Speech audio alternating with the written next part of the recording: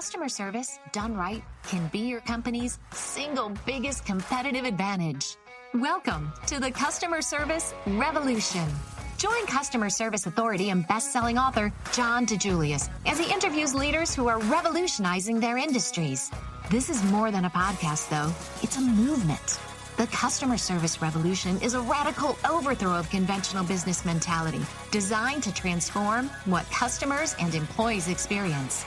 If you're a revolutionary customer service leader who's ready to stop competing on price and obsessed with building a brand that people cannot live without, this podcast is for you. What separates world-class customer service companies from everyone else? One significant factor is having someone dedicated to designing and managing the customer's experience. The Customer Experience Executive Academy trains leaders to excel at this.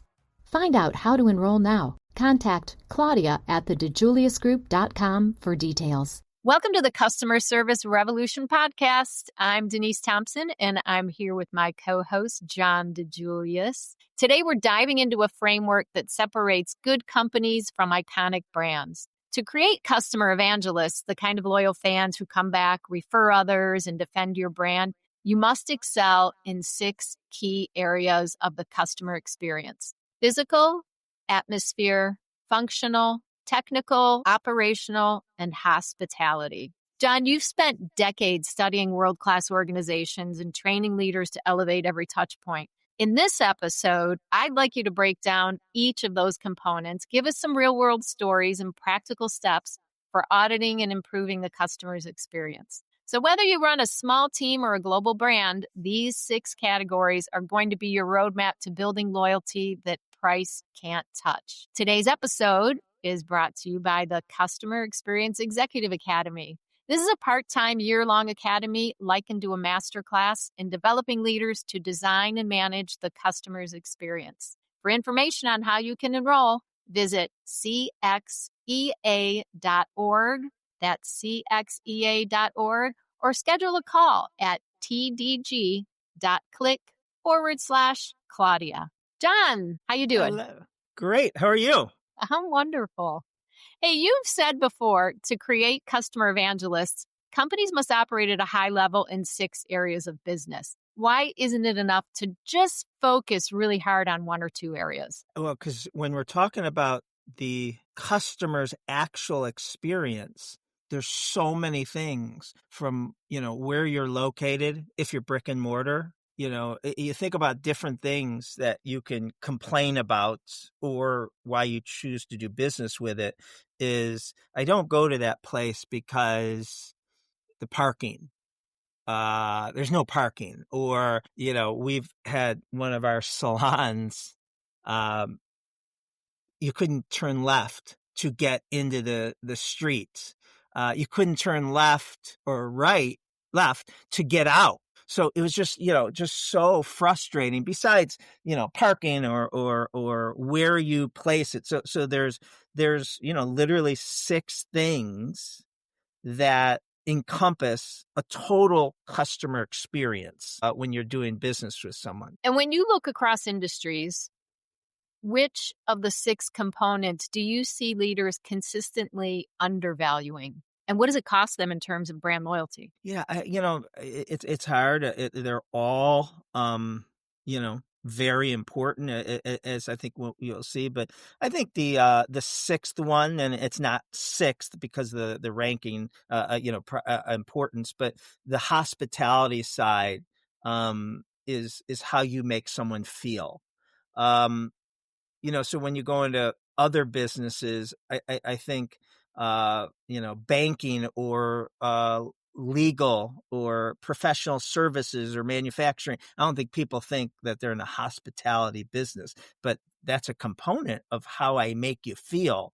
And I think that's the least, trained, new employee, doesn't get trained. Now, a lot of these other things, an employee, employees don't get to decide the building, which is physicals first, right? Brick and mortar building, freeway access, parking, signage, and that's physical is not something you could change today. right? I mean, moving or knocking walls down or anything like that. That's obviously from, a planning, that's not in the employee's hands, leadership hands, CEO's hands, CFO's hands. But a lot of other things are controlled by the employee. So you just talked about the physical experience. So physical excellence often gets overlooked until it's a problem, whether it's paint chipping on the walls or just things that we overlook because we see them every day when we're working in that environment.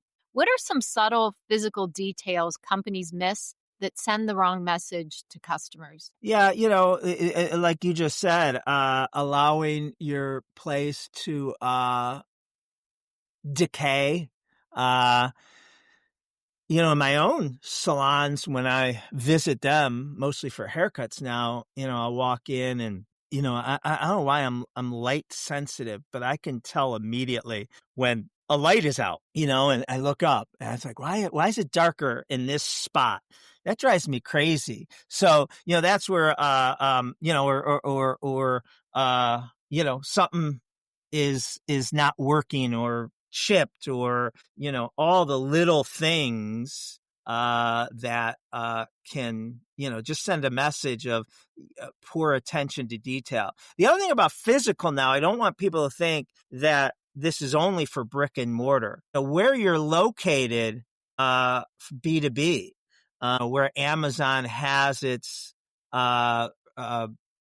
storage places centrally located to make sure it could get to any customer same day or within, 24 hours or whatever it is. If customers come, to you from a B2B or you got to go to customers, it's where it's located and things like that. So, and then when we go beyond physical and we look at atmosphere, you've said everything speaks. So can you share a story of a company that mastered atmosphere so well that it transformed the customer's emotional connection to the brand? Yeah, I mean, the first thing I think of is Chick-fil-A. When you go there, they,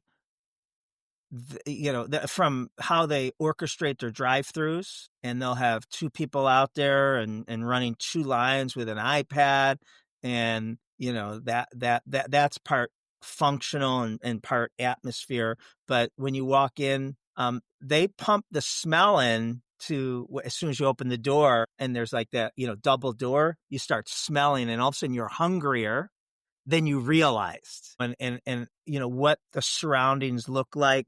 Negative cues, they remove negative cues, and negative cues could be signage. It could be, stupid signage, and, can't use the bathroom unless you paid for something or if you bounce a check. But there's also other negative cues that Starbucks works really hard at reversing. Starbucks years ago, their new machines were so tall that you couldn't see the barista. That's a horrible experience that they had to reverse, an expensive investment they had to reverse. We talk about negative cues a lot of, what you're doing physically, what you're wearing, but it's also going into the bathroom and there's no toilet paper or the garbage is overflowing, like just being all over that. Too much clutter at the front desk, signage. And the signage might be not negative cues, but it might be, 10 different promotions that they're trying to tell. Hey, sign up for our membership rewards thing. And, you can get 2 for 1 on this and this and this. And listen, if you have more than 3 signs, probably more than 2 signs, you have no signs. It's just billboards. I'm not reading any of them. I love that what you brought up in the beginning about the smell of Chick-fil-A. I associate even hotels, different brands with a smell, and there's that connection to it. Yeah. And Apple is so good at this, and the clean. the cleanliness, and everything's just sharp, and the way they design. I had to run to Lululemon yesterday, and Apple's next to it, and I wanted to go into Apple so bad. I didn't need anything, but I made a good decision not to, because it's just a toy store for me. But it's the way they merchandise. There's a new iPhone, isn't there? Is it out? I probably should have done. I don't know. I shouldn't have said it. Yeah, but like Nordstrom's compared to Macy's, Dillard's, all those things. Macy's and Dillard's, in my experience, you can't even get things off the rack because there's so many products shoved in there. And you can't walk between the racks because they're so close to one another. And then you go to a Nordstrom's and they have probably 1/20th of the product. And, it seems like there's only a few on the, but their merchandise. You can see them. You can, me and someone else can walk next to each other in between the racks. It's just laid out, and it's so, easy and attractive. Does merchandising fall under atmosphere or functional, or where would you put that? That's a good question. That's a really good question. Because I don't think you have to be high end like Nordstrom even. I mean, if you walk into Target, I think does a great job of merchandising. You want to buy things because of the way they're displayed. Yeah, I would lean towards atmosphere. Atmosphere is the 5, 6, I don't know how many senses there are. How many senses are there? Smell, taste, all that signage, and your merchandising and all that and the look and the feel. And so then when you go to B2B, that's might be over the phone or on your website. Same stuff could happen when you go to a website, and it's so noisy and crazy and like, I've left websites just because it's overwhelming versus, you go back to Apple, go to Apple's website. It's simple, and it's clean and it's easy to navigate. And again, you probably want something that's not why you went there, but now you're looking at the the headphones or whatever it may be. The next component I want to talk about, functional, is all about that, the ease of doing business. Where do most companies unintentionally make things harder than they need to be? So I just saw heard this week. Someone was complaining that they're trying to get one of their children into a specialist because they need a specialist. We'll just leave it at that. And these specialists are only available like 9 to 3. Well, it's when kids go to school. Like, how inconvenient is that for you to take your kid out of school? And might be one of the reasons why they need a specialist to get them in with a specialist. So it's the hours of operation. It's how easy are you to do business. It's how well are you staffed? It's policies and procedures and payment options and all those different things. It's just how basically it's how easy are you to do business, and do you make it harder or easier for people to work with you? And the next one, technical. Customers expect competence as a baseline. How can technical excellence be a differentiator rather than just a requirement? Well, the first thing that's obviously huge now is all the technology, and are you on the cutting edge? And self-serve kiosks. I don't need to call and wait on hold. You go to Apple, and I can, I'm having something wrong with my computer, and literally, I believe it's 90 seconds. I can book an appointment with a genius if you go to the Apple website. I mean, that's awesome. Now I need to speak to someone when I bring it in and transfer my pain, and you don't understand what I do, and I need my computer and blah, blah, blah. But the technical, that's the great. So it's your software, it's your ability, speed of technology. You're sitting, waiting, state of the art, going to their website. But it's also the level of expertise of your employees. They're technical, and that's huge. I mean, that is so huge. And when you're dealing with someone that doesn't really know and is kind of, fumbling, can't answer certain things, or my God, I got the smartest person I've ever met around this topic or thing. So all those things, fall under the technical side. All right, and now let's talk about details that happen behind the scenes, operational.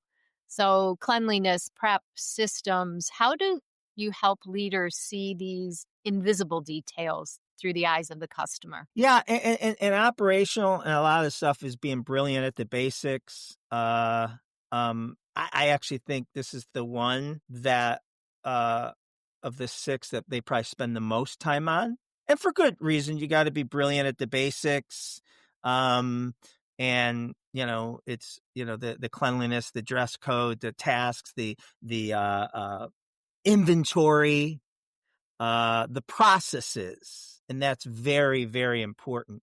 The functions of the job, duties.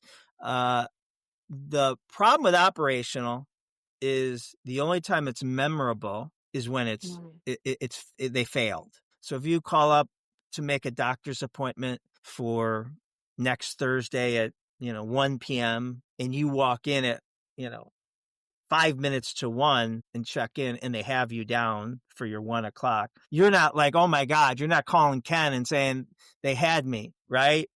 That's operational. The only time that's memorable is if you walked in at 12:55 and they say you're an hour late, or your appointment was yesterday, or you're at the wrong location. We booked you, downtown, east side, west side.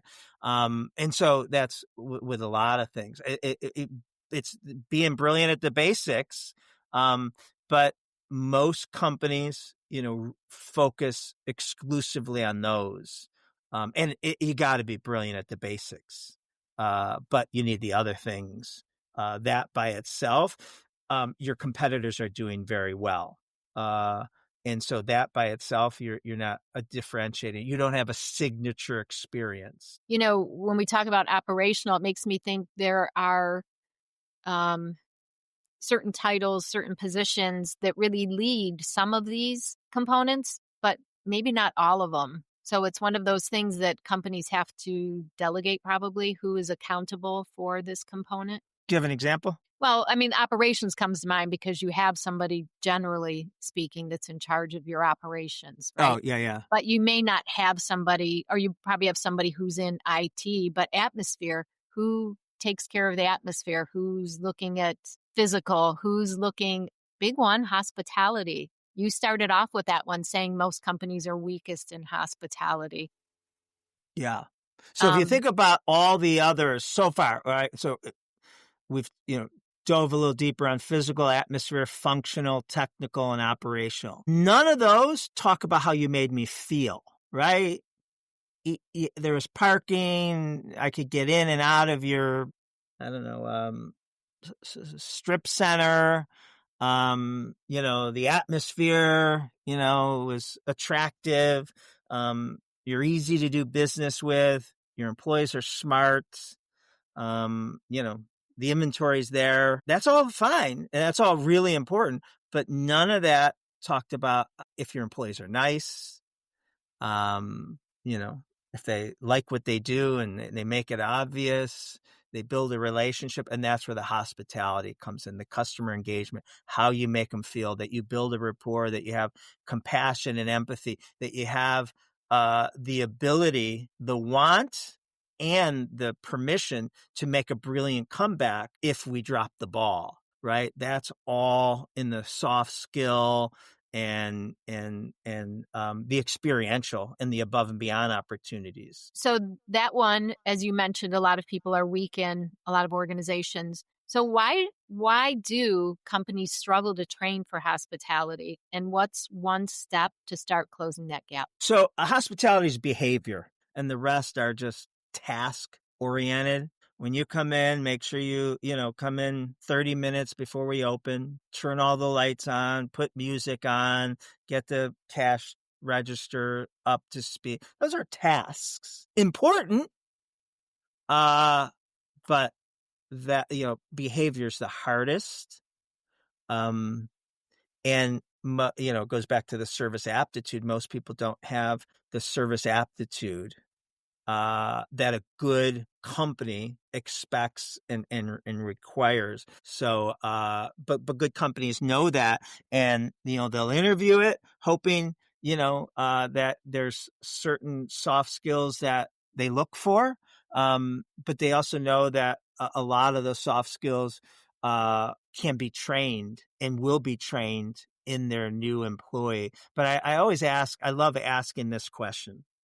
And I'm using my son Bo, in all my presentations, because he's 23, right? So I say, if you hire Bo, who's a senior at John Carroll, to be in a customer-facing position, on the phones, checking people in, checking people out, whatever your business model is, how much training would you give him before you allowed him to start working with your customers? And some people say 2 days, 2 weeks, 2 months. All right, great. That's not the answer I'm really looking for. Of the 4,400 or 4,000 hours you're going to put Bo in, how much is technical, operational processes, how to ring someone up, how to book, how to get their insurance, how to, take multiple payments, all those things, schedule it correctly, fulfill the order, blah, blah, blah. And how much is a soft skill, the service aptitude skill, that he greets the person the way you want that person to be greeted. He uses their name 2 or more times. He introduces himself.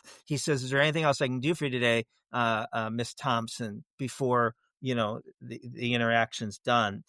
He has compassion and empathy and understands what you might be dealing with, as a customer, and why you need both his presence, that he's making you feel seen and heard, and his expertise, that if he doesn't give you the right product or recommendation or booking with the right person, the impact that could have on what you're trying to accomplish in your job or in your life.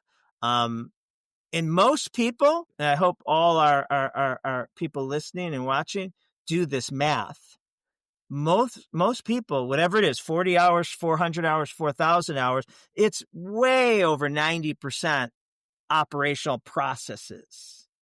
And the less than 5% soft skill is just like, hey, Bo, our mantra here is we're customer obsessed. We go above and beyond. Go do that. And, if you tell 500 people that, any of those, you're going to get 500 personal interpretations. World-class customer service companies remove personal interpretation. They define what that looks like.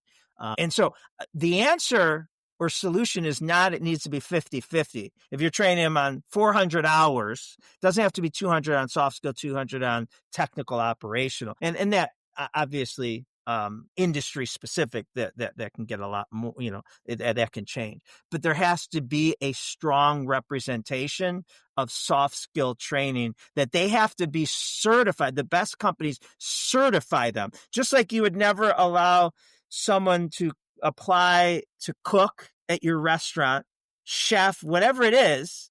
And, do you know how to cook this?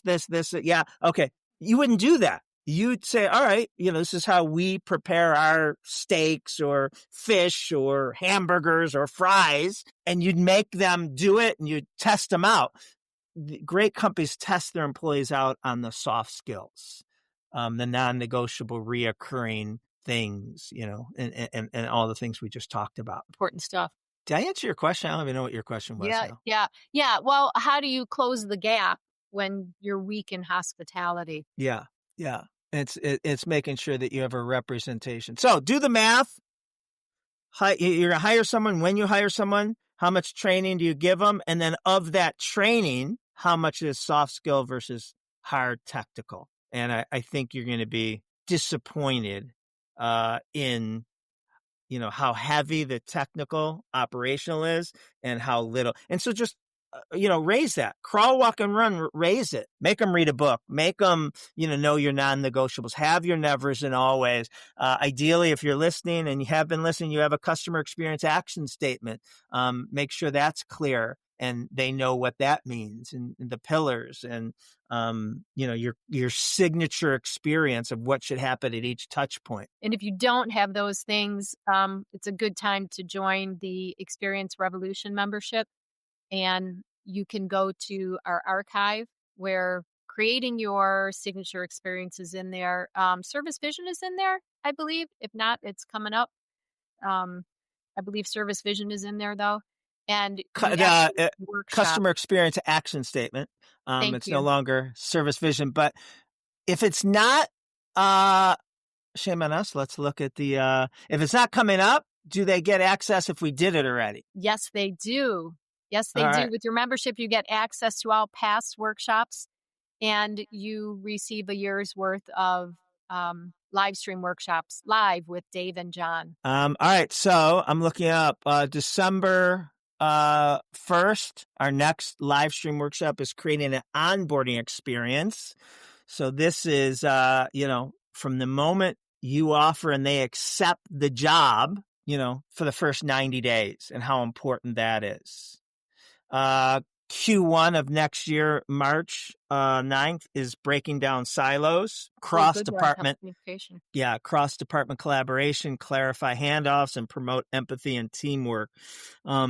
June 2026 is a day in the life of a customer. Oh, there you go. September 2026 is creating a customer experience action statement. What each employee should be intentionally doing every time they interact with another human being, whether it's a customer, coworker, stranger, vendor. And then the fourth quarter of 2026, December, is building and developing future leaders. Great topics.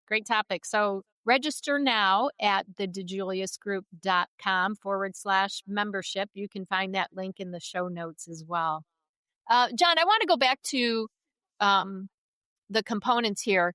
So there is a lot of overlap within these 6 categories. Can you give an example where a failure in one area hurt the others, or where harmony across all 6 created a true wow experience? Going back to, a lot of overlap is in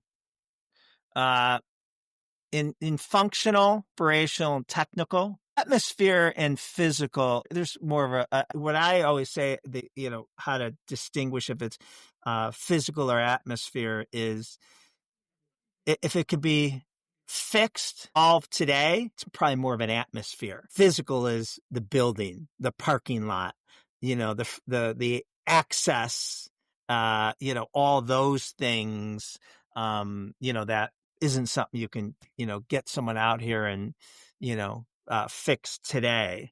But all right, so you're saying the overlap, and ask me again. I'm sorry. So because they overlap, do you have any examples of where maybe you're bad in one and it hurt the others, or where someone has harmony across all 6 and it creates a true wow experience? Yeah, I mean, I think, if you look at the best retailers, they really master these. Whether it's Apple, the Starbucks, in back in the day, Lululemon, all these great retailers are going to make sure they're in the best shopping centers that have abundance of parking. When you walk in, restaurants, great restaurants are good at this. They're easy to do business with. They make sure their employees are, brilliant technically, and that they have the equipment to do their job. I mean, there's nothing more frustrating. That's why, we had a conversation a couple weeks ago about, I was afraid some of our consultants and employees needed new laptops. And, I never want, budgets or whatever to impact that, because, that's their tool. And when you have to wait or reboot, it'd be like a plumber not having, the latest and greatest to get the job done. You have to, provide. There's nothing more frustrating than not having the equipment tools to do your job, and then have someone looking over you, or, trying to ring someone out and it's, the computer's slow or the software sucks and it's outdated, you feel stupid, and the customer thinks it's you. And, that happens, all day, every day. You don't want to work there. Like, your boss is cheap, and the company's cheap.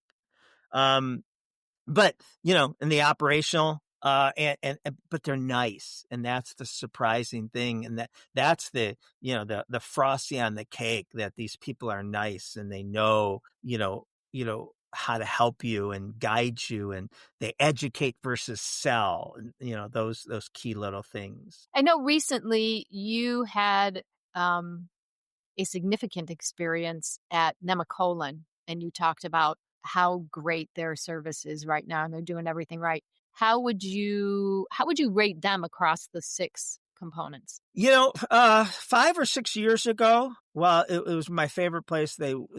Their physical atmosphere was behind. I mean, it's such a massive place, but you can tell that as nice as it is, they're getting a little outdated. I remember speaking there one time, in the room I was speaking with, had the ceiling stained from leaks, and it's just stuff that you didn't want. They have literally put in $500 million into the place in the last couple of years. And so I've gone, and they're nailing it everywhere. Like, it's beautiful. It's mind boggling. Their customer experience, their young kids, like, they're all in college that are working, bartenders, waitress, whatever thing you go to is just, they're so nice.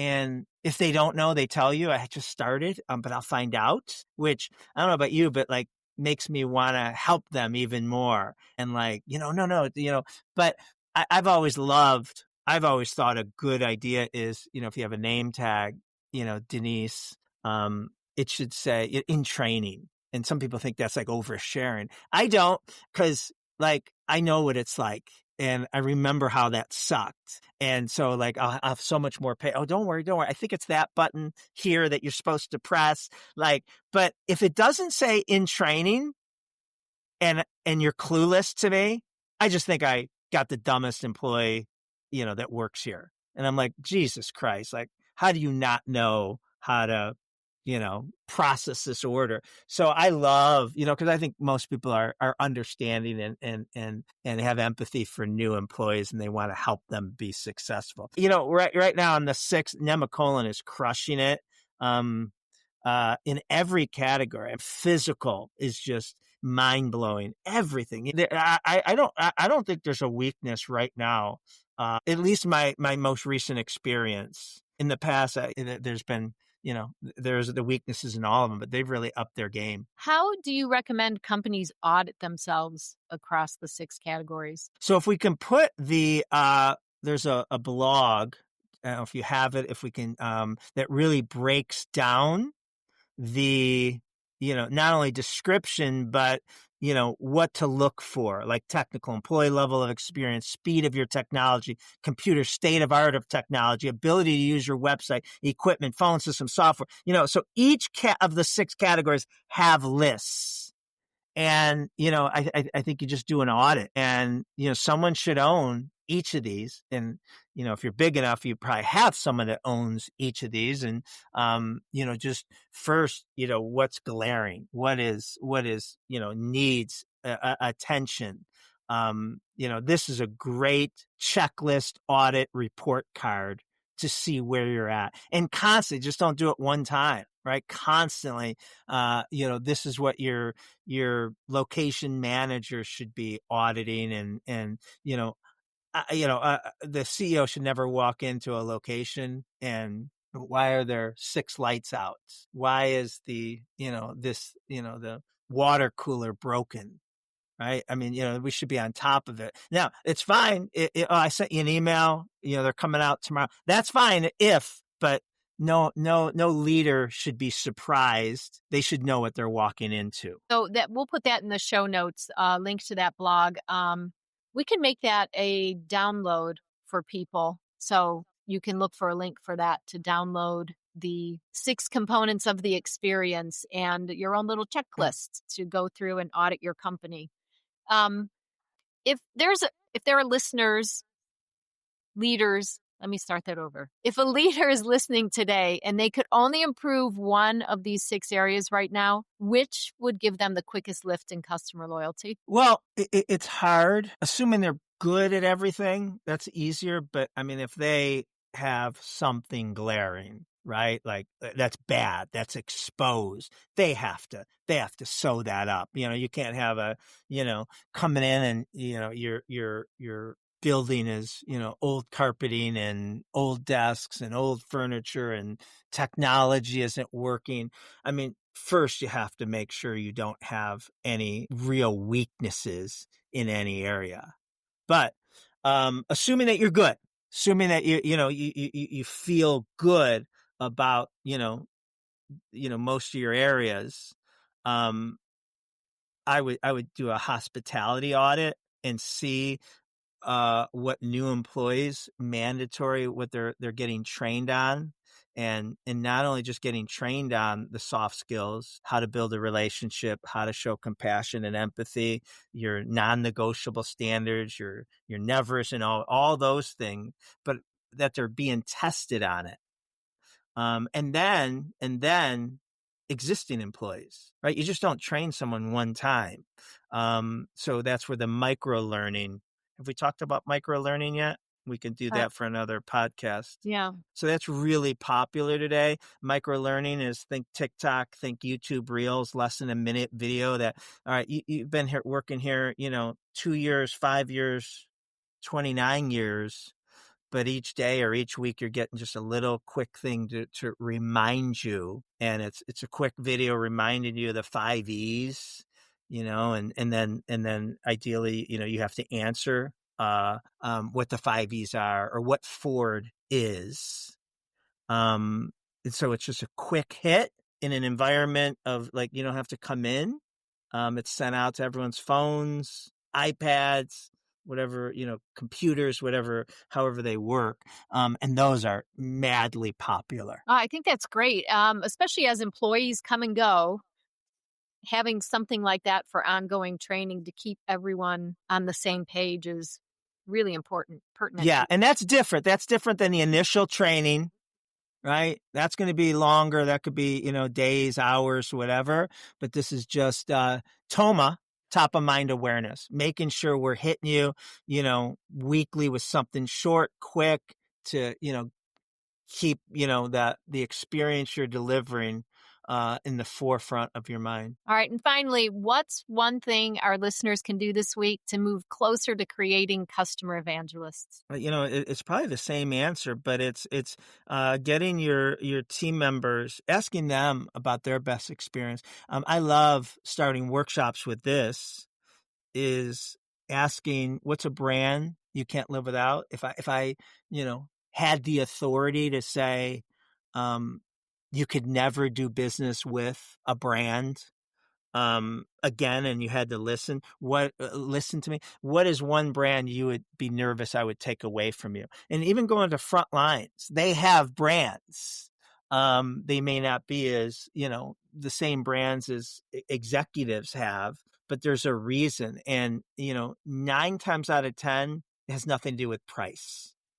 But they're loyal to Dunkin' Donuts, or they're loyal to Amazon, or they're loyal to, Target, whatever it may be, or their local dry cleaner. Why are you loyal? I'm sure you can get it cheaper somewhere else. That's not even near your house. Why do you drive 3 extra exits? And when they explain what those things are, oh, well, how can we be those things? How can you be those things to, how can we create the same thing? So you're getting them and they're buying and them seeing the connection to it. Yeah. Thank you, John. And thanks, you. Listeners, for joining us on this episode of the Customer Service Revolution podcast. As John explained, brand loyalty doesn't come from one magic tactic. It's the result of 6 interconnected components working in harmony. The physical environment, the atmosphere you create, functional ease, technical expertise, operational consistency, and most importantly, hospitality that makes customers feel valued. Here's your challenge for the week. Choose one of these 6 areas. Take a hard look at how your company is performing in it.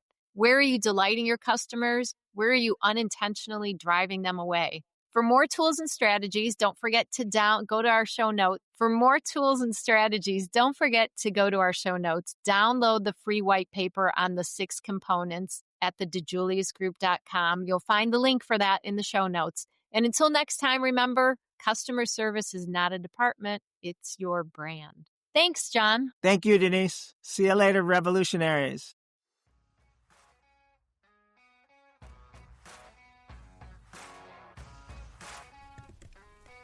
Need help getting brilliant at the basics? Contact Claudia at tdg.click and find out how the team of consultants at the DiJulius Group can help you get there.